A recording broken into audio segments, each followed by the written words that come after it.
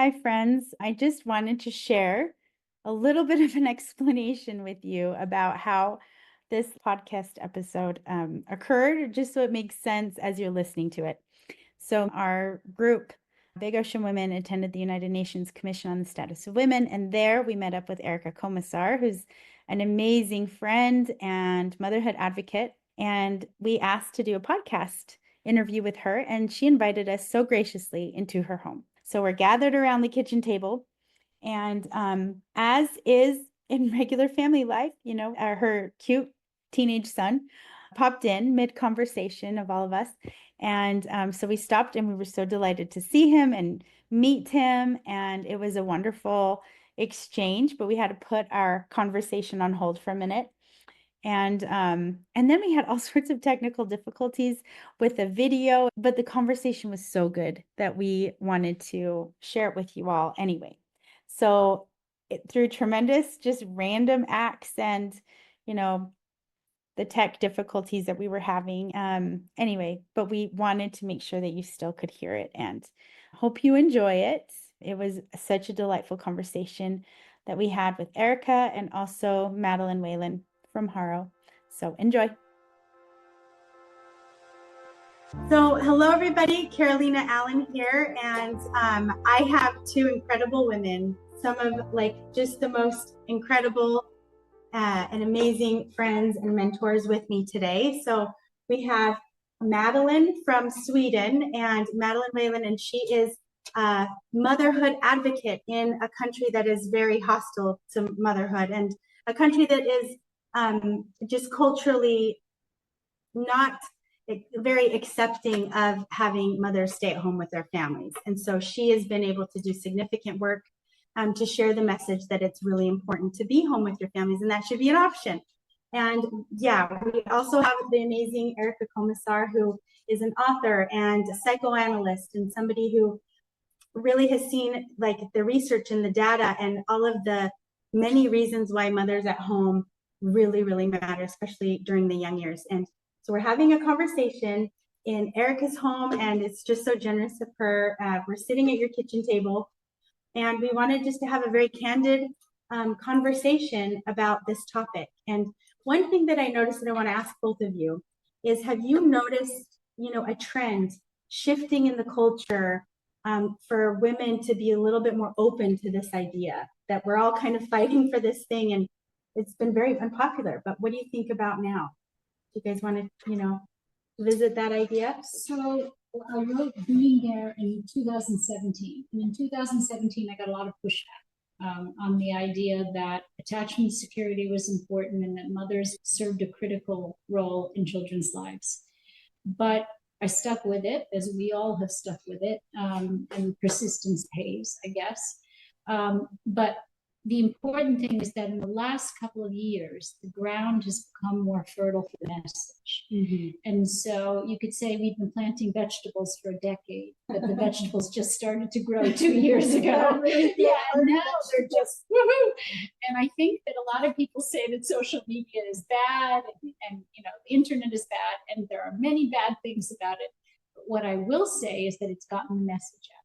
Right? Yeah, because what I'm getting now is, not only has my book been reprinted 4 times, it keeps getting reprinted, but the messages, the love that I'm getting from people around the messaging, saying thank you for validating what I do. I've always thought this instinctually and intuitively, but nobody was saying this, and it's counterculture, and thank you for saying. So the messages of love increased, but it definitely, there is a movement where even, I wouldn't say that media to the left are receptive to my message, but definitely more people from a variety of backgrounds and political orientations are more open to these ideas. Okay, that's wonderful. Yeah. I mean, that's a huge success, and I do think that, give it some time and people kind of find out for their own selves, there's truth here, right?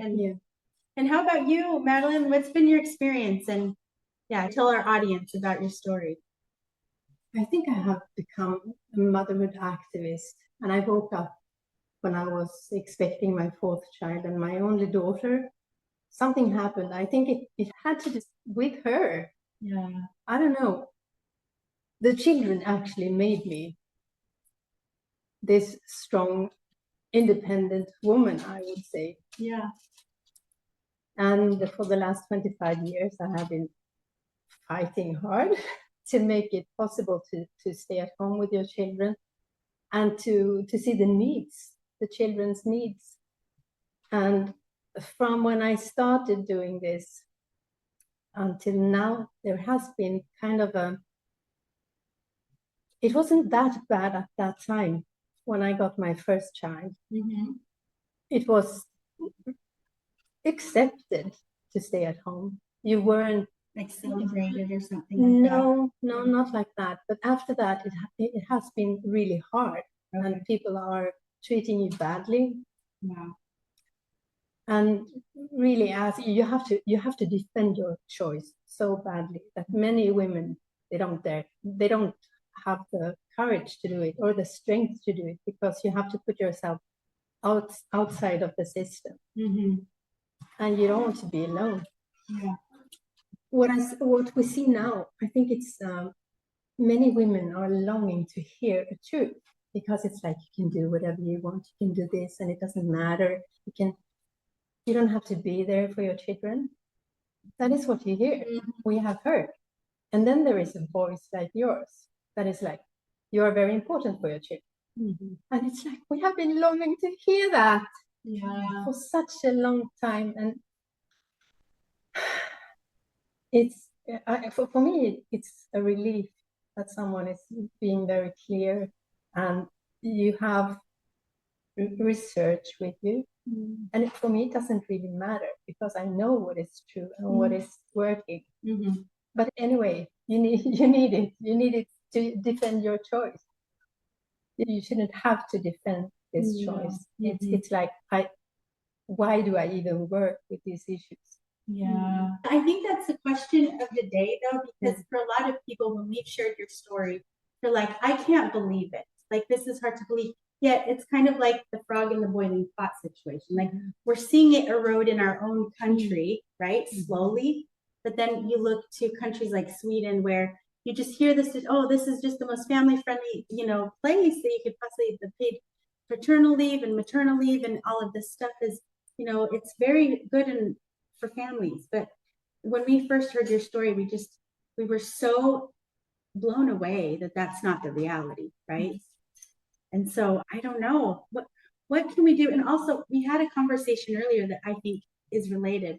There's a lot of women in the world that I think are waking up to this reality of loneliness and motherhood. Like, where are all the other mothers? And you were sharing, do you want to share a little bit about that conversation that we had? Well, I mean, I was finding in my clinical work, because my main job is still as a clinician. I'm a therapist, and people come to me from all over the world and remotely, and talk to me about their experience of isolation and loneliness, and how it increases not only postpartum depression and, as you say, loneliness, but also encourages them to go back to work, because they need community, they need other adults around. Mm-hmm. I mean, being with children was never something you did in isolation. You usually raise children in communities, right? With sisters and aunts and cousins and grandparents and parents and best friends next door who are raising children. And I always use the book The Red Tent by Anita Diamond as an example, because it's it's the biblical story of, I want to say, Jacob's daughter Dinah. I think so. I may be getting that wrong. But the unspoken of daughter. But the idea is that it describes how women raise children. They raise children in communities, in tents, and with mothers and grandmothers and sisters and daughters. And so we've lost that, and we have to refine that, because for women to feel satisfied and happy raising their children, it's not just the interaction with children, it's the interaction with other mothers. And so we've really lost a sense of community. Yeah. And it's a hard job in and of itself, and you learn from how other people do things. Your children, get to play with other children, and you've got, I think, the intergenerationality of it, if that's a word, intergenerational aspect of it is critical as well, because you it's important to look to mothers that have older kids that have been through those stages, and what did you do? And there's a lot of troubleshooting, wisdom that's passed on, and you get to figure things out together, and it just feels good. You don't feel, you kind of coach each other along, like, you're doing great, your kids love you so much. They'll look at what they're learning and growing and doing, and that is so important for the soul, just for you to feel happy and joyful in the motherhood process, right? So I can't imagine for you, like, how difficult that must be, in Sweden, and for other women that are really, where it's extra challenging. Yeah. Actually, we have a place where we can meet, or we invite our members, mothers to mothers, we call it. Okay. And it's very nice, but it's also very sad. But it's like a confession about how come that you stay at home with your children, and then you have these stories that it didn't work in preschool. The child couldn't cope with it, and they tried, and then they had to take away the child from it. So we have all these stories, and it's like they feel like they're failures, so they're staying home with their children because their children failed at preschool, as opposed to the idea that children are not meant. Well, first of all, describe what preschool is. Preschool is really daycare. Yeah, we don't have daycare. Right. We only have preschool. Right, because they call daycare preschool. Starting at 14 months. 14 months, you call it. It's basically 1 year. It's basically daycare. Yeah. Oh my goodness. But we have it's in the school education system. So right. It sounds a little nicer to preschool as opposed to daycare, but it's marketing. I would say it's like the opposite, almost, because you don't have the care. It's supposed to be like education. And so that's not, and we don't only care for your children. We teach them. Yeah. Nice justification. Well, that is, wow. What do you guys think are the solutions? What can our audience glean from this reality that motherhood is kind of eroding, and like the fabric of our society is kind of going along with it in a way? Well, truly it is. Like, what can we do about it? What do you think? Free women. Free women from feeling terrorized and imprisoned by the narrative that unless they are hard driving career women making lots of money, competing with men out in the world, that they have no value. Free women and give them permission to embrace instincts that they feel, but society doesn't give them permission to feel. That's been my experience, is that women feel healthy enough. I mean, there's a lot of women who are many generations into detachment from nurturing. And so, but the women who somewhere deep inside of themselves feel a longing, a yearning, a desire to nurture their own children and don't want to go back to work after 3 months, but want to stay home with their children and want to carry their children and have skin-to-skin contact and soothe their children. And society tells women to sleep train their babies and let them scream until they vomit to get them to sleep through the night at 3 months or 6 months. Giving women permission to listen to their instincts, and their instincts are telling them, no, you don't let a baby under the age of 1 cry like that. Mm-hmm. Their instincts are telling them, no, it's not instinctually normal to leave a 6-week-old in daycare. Yeah. And yet we tell women that their instincts are wrong. Mm-hmm. And so we have to free women to feel their instincts again. And I love that you say to free women, because here I find myself and my team in New York attending the UN Commission on the Status of Women. That's all about empowering women. And there's not one iota of the word mother. In fact, we wear our badges that say mother or family on it. And you get, many scoffs and many like, you're taking us back 30 years kind of a thing. And we're talking about the future of society without the word mother included in any of the outcome documents, in any of the negotiations. They can't even bring it up. How can we talk about the future of the world if we can't talk about, and especially in a form that's supposed to be for women, we are not using the word mother or family. And we're talking about the future. So it's almost like the biggest slap in the face to empowerment, to say that this thing that our bodies do, which is to give and create life, you know, it's like a divorce from reality. And then it's a burying of like, put it in a coffin, you know, hit the nail and bury this thing. That is complete opposite of empowerment, because if we can't even be free to exercise this instinctual thing that we have, that, you know, so civilizations are built from our bodies. Like that's how people are made. And it's like, how can we even talk about the future? Doesn't it make your blood boil? Yes. We need to use the word more. We need to show motherhood. We need to talk about it so much more, and you use the correct words. Big Ocean Women, we call our movement maternal feminism. Yeah, I think that's very good. Very good. I still wear my t-shirt. Yes, As many podcasts as I can. Yes, thank you, Erica. Well, because we need the feminism of, this is our power and this is our right, and you draw the line in the sand between, you know, the government, this global new world order, whatever, and you have to place yourself in protection of your children. Like that's what we need all women all over the world to do, is to wake up to this, you know, power that we have. Yeah. And so maternal feminism is that. So if any listeners out there, use the word mother, promote motherhood, you know, love your families. And we all, nobody exists without the mother. Everyone has a mother. It's dystopic, isn't it? The idea of rejected mothers. It's dystopic. Yes. And I think that, what we're trying to do is bring society back from the brink of that kind of dystopia. And it's still possible. You know, they say climate change, there's a tipping point.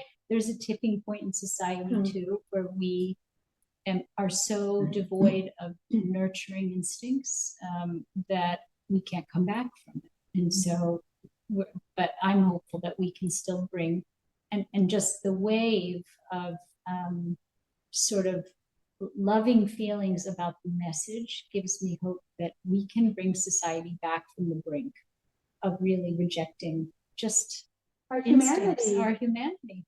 Whether it's caring for your children or caring for an ill spouse or caring for your elderly parents. I mean, something about caretaking and responsibility for caretaking has been rejected wholesale in society. And I think that that is something we can come back from.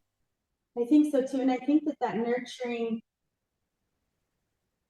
way of life, it seems to kind of just spread these roots beyond just humans. You know, it's like stewardship and love and care for the earth, for animal life, for plant life.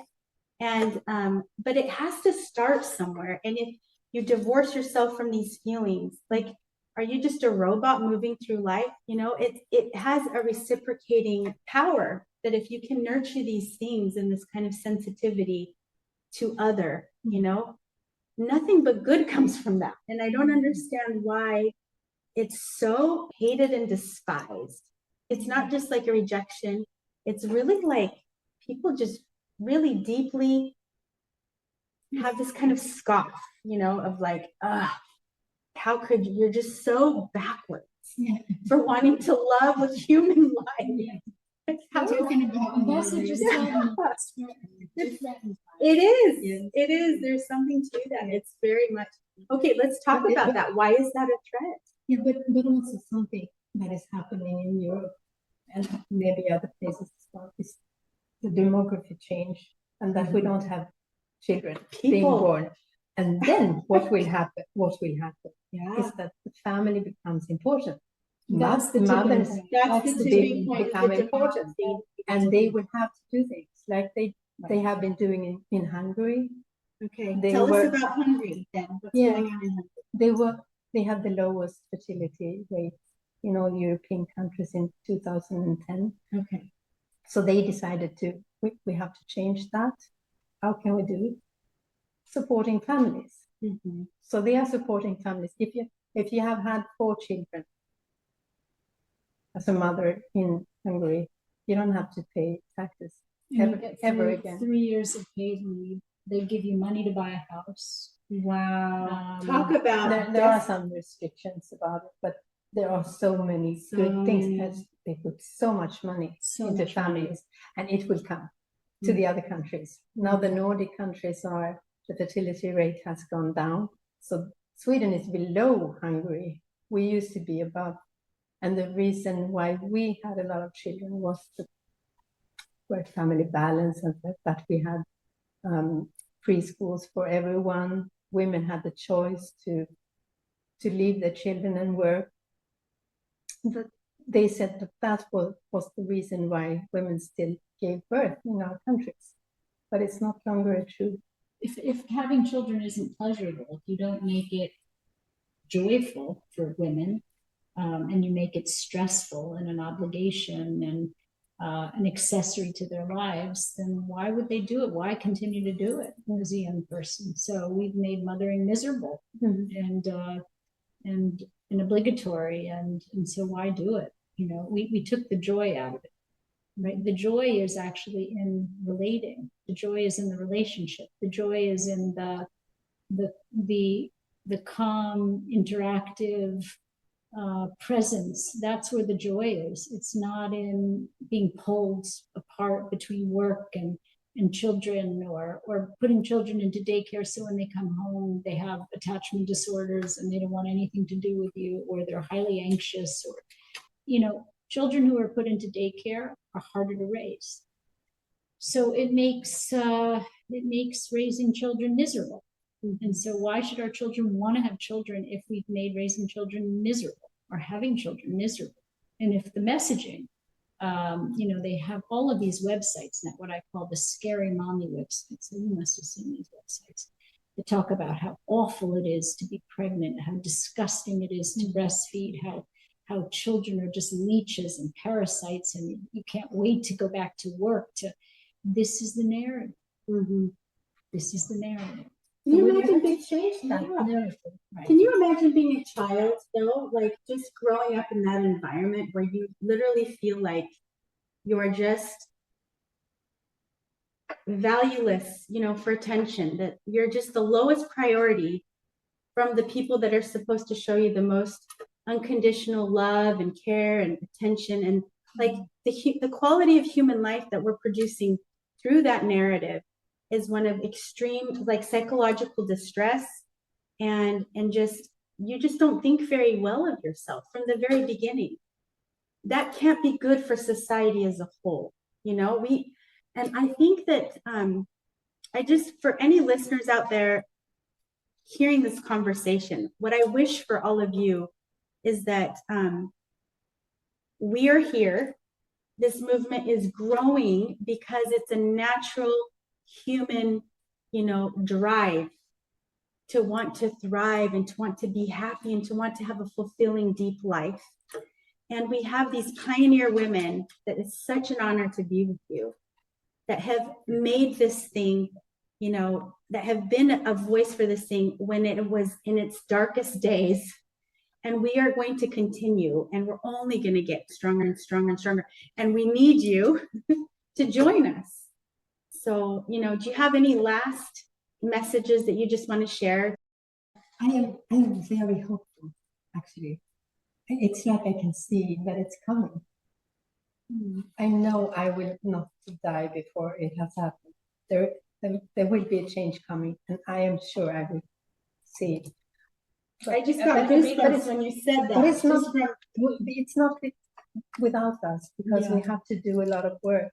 We have to make this visible, and we have to act and be out there. You have to be brave. I hate doing this thing. Actually, I don't like it at all. But I don't want to be in the front. But I force myself a lot just to. I have to do it because this is so important. It doesn't matter if I don't like it, and if I don't speak English in the perfect way all the time, especially now when I'm so tired after these days. But we will do it.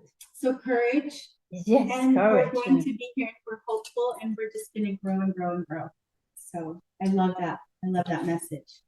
And I would say, listen to your instincts. Your instincts will guide you. And if you are pulled towards your baby and you feel guilty about leaving your baby, that's a positive thing, not a negative thing. And don't let society tell you otherwise. Don't let your spouse tell you otherwise. Don't let your parents or your in-laws or your friends tell you otherwise. Listen to your instincts. Follow your heart. I love that. And one last thing, because I just want to hear this so badly.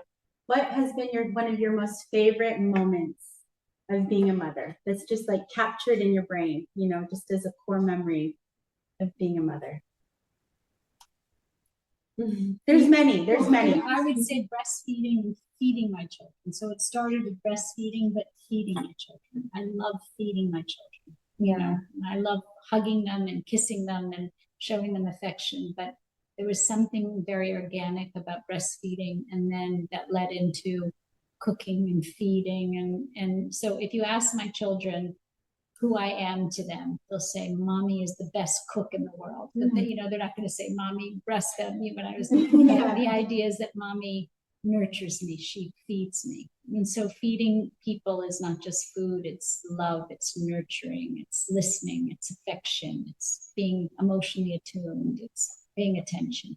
But it's feeding my children. That's so beautiful. I love that. I love that. I think the best thing has been just after giving birth, to have your child and to be the first time. It's like, that is my precious moment. It's so close to me and so wonderful. And then I have one experience that is really one of my children. I had this almost, it was a very strange experience, but I felt a deep happiness inside of me when it was my daughter. Yeah. She was very small, and it was like life was perfect.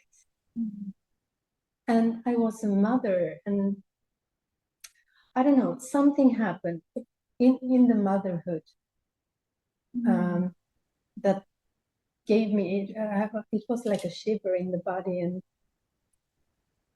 I can't explain it, but I have it so strongly inside of me. That's so special. I want to share one that is special to me. So before I had my youngest daughter, she's 8 now, I had a very terrible ectopic pregnancy, almost killed me. So I was rushed to the hospital. I lost a lot of blood. I passed out, and it was very traumatic. I remember going into the shower thinking, okay, I lost that pregnancy, like it didn't work out, but I'm just going to now, you know, I was trying to cheer myself up. I can get in shape now because I had been, you know, I don't know, just sick and things like that. And so I started to plan my future, you know, thinking that I've had my last child and I have a big family. And I was showering, and the spirit of my child spoke to me and said, I was told that I have a brave mother, that try again, like I'm here. I felt this courage to try one more time. And I did. And I have this daughter who, before I even began this movement and this organization, I felt her presence before, giving me courage. And maybe that's something with your daughter. I felt it before. Yes. She came to me before. She was inside of me, and she told me, I will come when you are ready, because I wasn't really ready. Yes. And it was, yeah. So I think that there's that element that we don't even consider anymore. No. That needs to be in the conversation, that it's bigger than this. Yes. You know, and I think that us as mothers, that we're just this conduit and this vessel for bringing something so much bigger into this world and into this existence with us. And what an honor that is. And what a power that is, right? And so I want young women to know that and to feel that, like what you said, a shiver throughout my body of this deep power that we have to influence the rising generation through love for our children, you know, and And the thing is, it's not about us. It's When not. we have them, we get so empowered. We get something more. It's like we are not our own purpose. We are not like I don't have to be like the best person who achieves, who makes a career. I don't need that because I can give, and that is the only thing I need. To give love. To give love. Yeah. And I think that that's what the world is missing right now. And that's what this movement is about. And it's such an honor. It truly is to rub shoulders with some of the most powerful, intentional, and just Loudest. loud and just courageous. Courageous. Yes. Courageous women. And it's such a pleasure. Yeah. Thank you so much, ladies. Thank you. Thank you. Yes. Thanks for watching. We appreciate your support and would love your feedback. If there's any topic within the framework of maternal feminism you would like discussed, leave a comment below. And learn more about us at bigoceanwomen.org and follow us on Instagram. Join us next time as hosts Carol and Shelley discuss with Alma the mechanics of bringing advocacy spaces to where women gather and where families are, instead of expecting women to leave their family spaces to engage in that work. We'll look at the work of feminist Alice Walker and contrast that with her daughter Rebecca Walker. It's sure to be a powerful conversation.